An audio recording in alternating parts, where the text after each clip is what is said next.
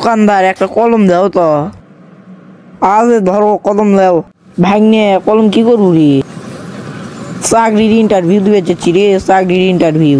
তুই তো একশোর উপরে চাকরির ইন্টারভিউ দিছিল রে, চাকরি কি পাইছিল তুই?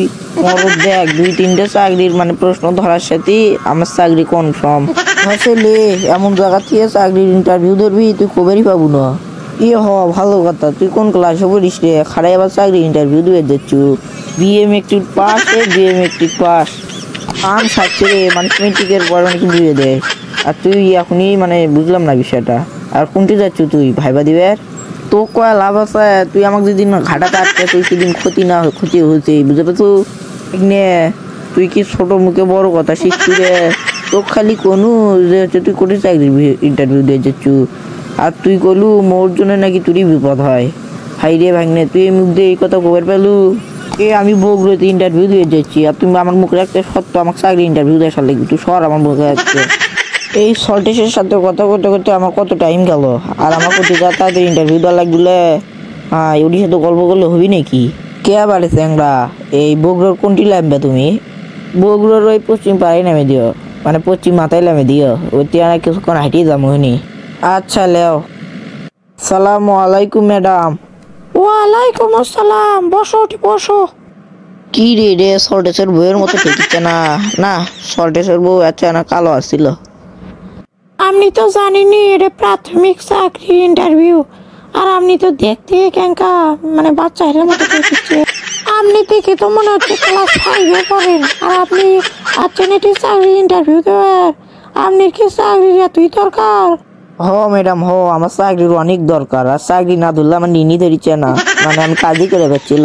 আর ম্যাডাম আমার মা বাবা আমাকে ছোটবেলা থেকে অনেক কষ্ট করে লেখাপড়া করেছে, তার মুখ কি উজ্জ্বল করা লাগবে না?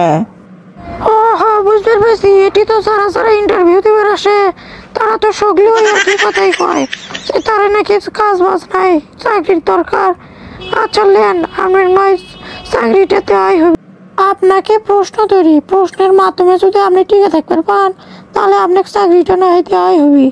আচ্ছা বলেন তো, বাংলাদেশের জাতীয় কবির নাম কি? বাংলাদেশের জাতীয় কবির নাম হচ্ছে জসিমউদ্দিন, আমার খালু হয়। এই আপনি প্রথমে একটা প্রশ্ন দিলেন, সেটাতে আপনি ভুল উত্তর দিলেন। বাংলাদেশের জাতীয় কবির নাম কেন জসিমউদ্দিন হয়, আর কিভাবে আপনার খালু হয়?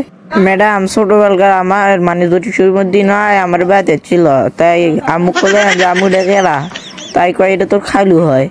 আচ্ছা নেন, কথার খাতিরে না হয় আপনার খালুই হয়। তা বাংলাদেশের জাতীয় কবি কেঙ্কা করে হলো? ম্যাডাম ওই যে জাতীয় পতাকা হাতত করে নিয়েছিল, আর হচ্ছে ছন্দ করেছিল আম পাতা জোড়া জোড়া, এই ছন্দটা করছিল না, সে থেকেই তো ম্যাডাম জাতীয় কবি। একে দেখে তো মনে হচ্ছে বললা, আর এত চাকরি পাওয়া যাবে না। আচ্ছা আমারও তখন কিছুক্ষণ মন খারাপ মনে হচ্ছে, এর সাথে কিছুক্ষণ গল্প করে মনটা না ভালো করে নেই। আচ্ছা কোন তো বাংলাদেশের জাতীয় ফুলের নাম কি? হোলা। হোলা আবার কি ফুল? হোলা তো নামে কোনো ফুল চিনি না। হোলা চিনেন না ম্যাডাম? হোলা হচ্ছে যে নামের নামে ফুল, মানে পদ্মা মানে তাই না, ফুল মানে শাপলা ফুল কয় ম্যাডাম। ও আচ্ছা, দেখেছি এলা ভালোই পাচ্ছে। তা আচ্ছা আচ্ছা চলে যান, আপনার ভাই ভালো হবিল্লায়, আর আপনি চাকরি ফেল করছেন। ম্যাডাম আমি কেঙ্কা করে ফেল করলাম, আর আপনি এলে কি করছেন? আমাকে যদি ফেলই করে দেন আমি মনি দিয়ে গেলাম, আমার মনি লাগবে, মনি লাগে ম্যাডাম।